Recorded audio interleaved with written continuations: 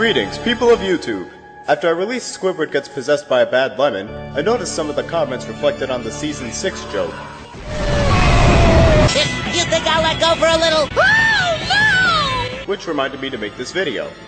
Like a great number of fans out there, I feel the comedic powerhouse SpongeBob SquarePants began slipping in quality after the film's release, and in the subsequent seasons, many mediocre and detestable episodes were spawned.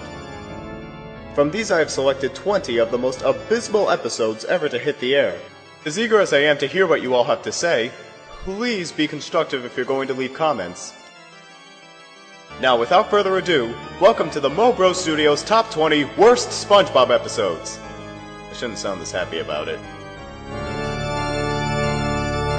Number 20. Waiting. At the beginning of Season 5, Nickelodeon began turning out an onslaught of really brief and uninspired episodes. This was one of them.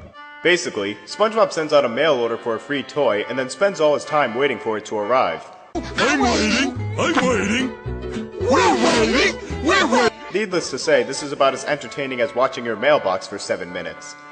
Not to mention the jokes are about as contrived as the plot. Send in the box tops? Before eating all the cereal? Gary, you are a genius!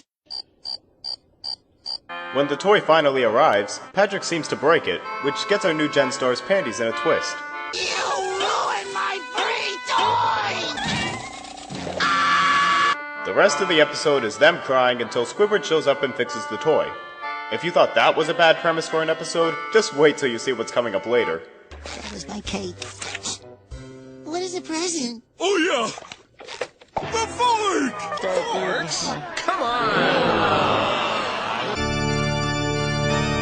Number 19. Best Day Ever. This was one of those SpongeBob specials that was nothing more than a hyped-up ratings trap. Nickelodeon advertised this like it was going to be one of SpongeBob's best episodes ever, with an entire 100-episode-long marathon leading up to it. But instead of a clever, worthwhile fiesta we'd expect from the old writers, Best Day Ever turned out to be a series of bland, unfortunate events that feels about as curt as number 20. Though SpongeBob randomly decides to make this particular day his best day ever, nothing on his agenda seems to work out in his favor. This best day ever isn't going so good. No work, no karate, no jellyfishing. The most comedy we get out of this episode is the scene where SpongeBob tries to break into Squidward's clarinet recital. Is it at least funny? Not really. It's about as generic as a bad Hanna-Barbera cartoon. Oh dear, I don't have a ticket, but I want to go to this show. What should I do? When SpongeBob finally does get inside, we see the recital end as soon as he sits down, causing him to again get his panties in a twist. This was supposed to be my perfect day, but then everything went down! You know, it's a time like this where this scene would be appropriate. We all had dreams. What makes you so special? But because SpongeBob accidentally helped his friends during his selfish pursuit, they all decide to do something nice for him, leading up to the wretched song number that kicked off this so-called special. It's the best day ever! As cheesy as this sounds, Best Day Ever is one of the worst ever. Number 18. Krusty Dogs. I'm gonna let Petrie sum this one up. It's boring, boring, very, very boring. This is one of the only episodes I've watched and felt genuinely bored throughout the entire thing. The story begins with SpongeBob fooling around with leftover Krabby Patty meat and subsequently inventing the Krusty Dog. This wiener tastes just like a Krabby Patty. Maybe we can add them to the menu. I'm not impressed. Neither am I. What's even more impressive is the conflict in this episode. When all the guys in the restaurant start chanting for wieners, Mr. Krabs decides to put Krusty Dogs on the menu.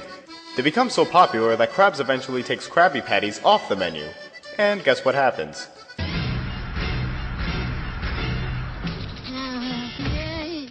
And then we get a good, slow 3 minutes of nothing happening. SpongeBob! SpongeBob! Wake up! Where am I? And what are these paramedics doing here? You're back in your own kitchen. And our paramedics are here to revive you. Krabby Patties off the menu, grill and spatula missing. Why does this ring a bell? Oh yeah, they copied this conflict off of an earlier episode. Anyway, after a couple of lame attempts to get rid of the Krusty Dogs, SpongeBob hides a balloon inside of one and then pops it. The Krusty Dog is about to explode! What? Where?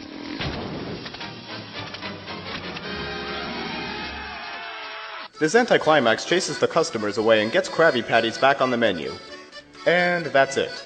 Very boring.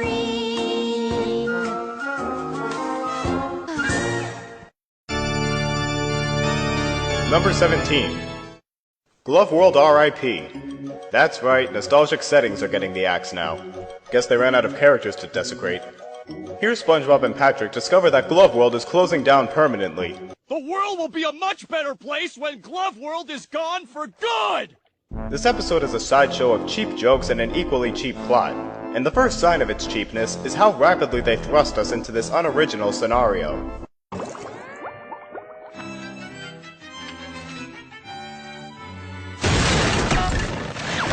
That didn't take long, did it? Establishing characters before putting them into conflict? These writers are higher than that. And I think they actually were high to think this scene was funny. Ooh, that looks glovely on you, Patrick. Fits like a glove! Glove size fits all. A penny saved is a penny gloved! You can lead a glove to gloves, but you can't make it. Get on with it! After writing some typical rides with predictable punchlines, SpongeBob gets an idea. Of course, we just have to fix Glove World. Of course, this results in our new gen heroes doing what they do best. Making everything worse. Much better. When their efforts ultimately fail, they decide to chain themselves to the front entrance, where the cheapest part of all takes place. The ending. The only reason we're closing down Glove World is because Glove Universe is opening tonight. See for yourself. Wow. Universe? Of course! Give me the key. What key? SpongeBob? If only they died there. Number 16. To Love a Patty is called paraphilia. This episode is just creepy. SpongeBob ends up making a Krabby Patty in the shape of a woman's head and falls in love with it. Now, it's not like he loves it like an artist loves his work. He actually loves it in a romantic way. I love crepes. Oh, Patty, when we're together, I feel like we're in our own little world. I swear, the further we get into this episode, the more it looks like SpongeBob's ready to lay this thing. They put so much focus on this seventh circle plotline that the humor just seems to fall into the background. And when it surfaces, it sounds as phoned in as ever. Hey, how'd they know? I love grilled shoes! Oh, but that's not even the worst part. This is... Oh, baby, they may call me a fool, but I can't help our gravitational pull. When I stop you... God, I already missed the Best Day Ever song. Nothing like a painfully generic song to match a painfully generic theme. Oh, baby. After that cesspool they call music, SpongeBob decides to take Patty on a date to the Krusty Krab, where our desperate writers resort to cheap gross-out jokes to get by. Harold again? How beautiful the earth thinks this is! Alright, enough of this. SpongeBob finally realizes Patty's gone bad, so he gets rid of her. If you were trying to gross us out there, it didn't work. We're still disturbed by the fact that he was courting a sandwich. Number 15. Funny Pants. As you may have already guessed, this episode is anything but. What we have here is a totally comedy-based episode that comes off as lame and very, very annoying. In part because SpongeBob won't shut the fuck up.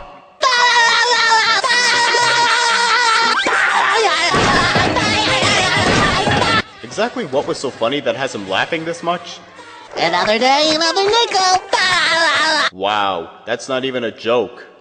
Like the audience, Squidward gets quickly fed up with SpongeBob's laughing and scares him into shutting up. Shut SpongeBob, you've got to be careful. You're going to burn out your laugh box. If you use it too long without giving it a break, it burns out.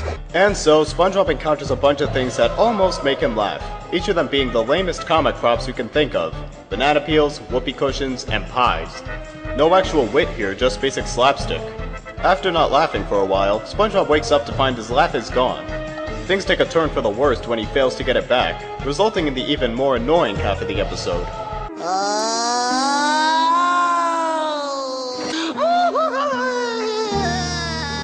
I'm sure he'll cry himself out soon. No. The crying is nowhere close to being done. So Squidward confesses he made up the whole laugh box thing, but guess what? He breaks his laugh box! And SpongeBob ends up giving him part of his. Remarkable twist, isn't it? No! Number 14. A Day Without Tears. SpongeBob cries so much in the new series that it's actually no surprise this pointless schlock was made. It opens up with SpongeBob bawling irritatingly over every little mishap. I stubbed my toe! Ah! That was my favorite shirt! Sheesh, no wonder the sea level's rising. Squidward gets so sick of SpongeBob's crying that he wagers he can't make it until midnight without shedding a tear. I bet you can't go the rest of the day without crying. Like its cousin Funny Pants, this episode is just annoying, though in this case mostly dull. As where Funny Pants at least attempted comedy, the writers of A Day Without Tears were too focused on making the plot as sappy as possible. I've never seen such a beautiful underwater sunset. Aw, he looks like an angel. Coming up, an interview with a manatee who didn't get what he wanted for his birthday. And in truly sad news, the writers of SpongeBob believe this was a good premise for an episode. This is really it, people. Just Squidward trying to make SpongeBob cry all night. And wouldn't you know it, Squidward loses the bet and cries about it. Oh, the sodium-rich irony. Number 13. Slide Whistle Stooges. I believe this episode contains the one sound that's just as, if not more, irritating than SpongeBob's crying. SpongeBob and Patrick decide to annoy Squidward like they usually do, this time using slide whistles. Alright, tell me this doesn't get old pretty damn fast. Go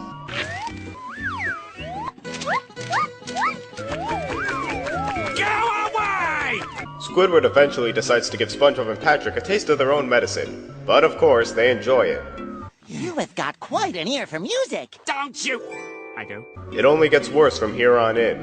In a weak twist of plot that doesn't make any sense, the whole town gets pissed off at Squidward and decides to form a lynch mob. Overused gag is overused. Blah blah blah, slide whistle, blah blah blah. And Squidward goes over a cliff in a gasoline truck.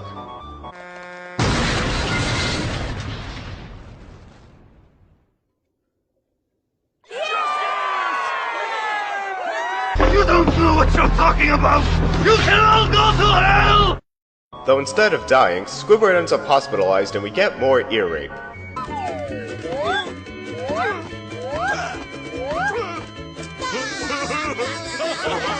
Huh. Generally annoying people? No, that's worthy of death. Making fun of the sick and dying? That's perfectly okay.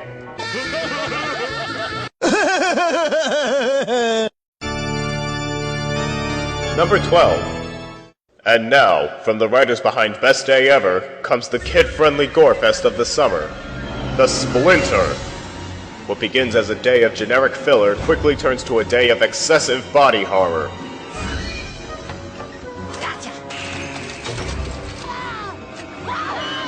But then, as opposed to killing him right then and there,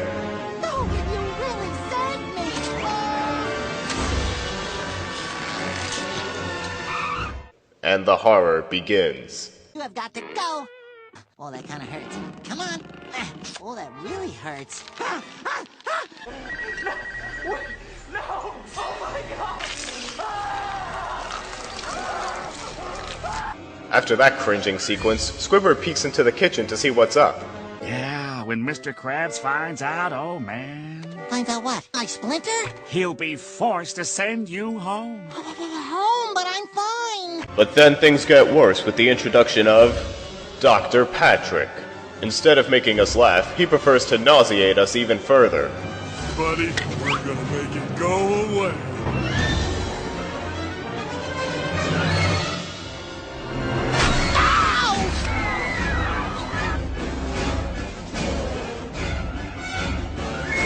Finally, for the climax, Mr. Krabs ends up hearing about the splinter and wants to see it. Well, what's this about a splinter that Squidward's been telling me all about? All right, boy, let's see it.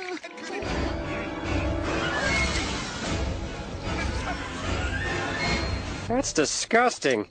What do the critics have to say? I, along with many fans, find this episode grotesque and abhorrent. Stay tuned for even greater horrors. Number 11. Squid's Visit. Had enough gore? Well, now we're in for a disturbing dose of psychological horror. One of the major drawbacks to these later episodes is that each character tends to have one overly exaggerated trait, like Patrick's stupidity or Sandy's interest in science. In this case, they chose SpongeBob's unsettling obsession with Squidward. What better pick for the creepiest episode ever made? The story begins with SpongeBob trying to get Squidward to visit him. How about you come over to my house for a visit tonight? I will never visit you. Oh, please, come Good God, it's like you just tried to ask him out or something.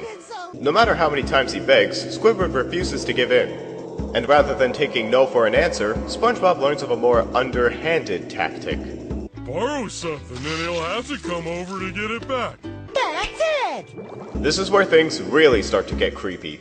While Squidward's back is turned, SpongeBob steals his vacuum cleaner in order to lure him into the pineapple. Why have you stolen my vacuum cleaner? Well, I didn't steal it, silly. I borrowed it. Are you done cleaning up that dingy hole you call home? You won't even recognize the place, Squidward. Yeah, probably not.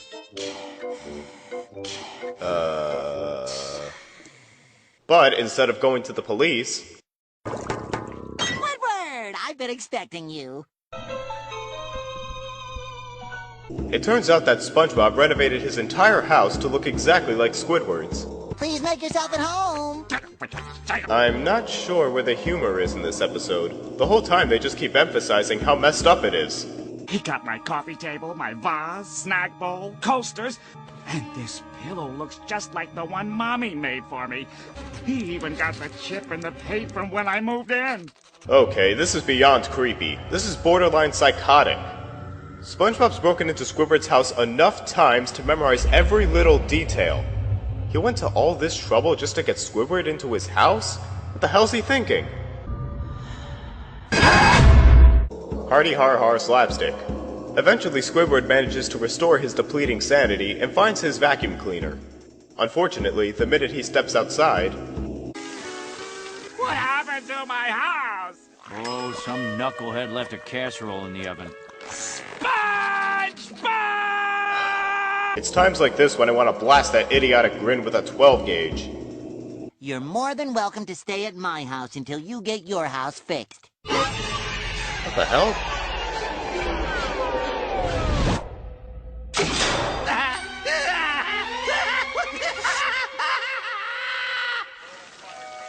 Squidward? Shut up! At least Squidward ends up sleeping soundly in his replica.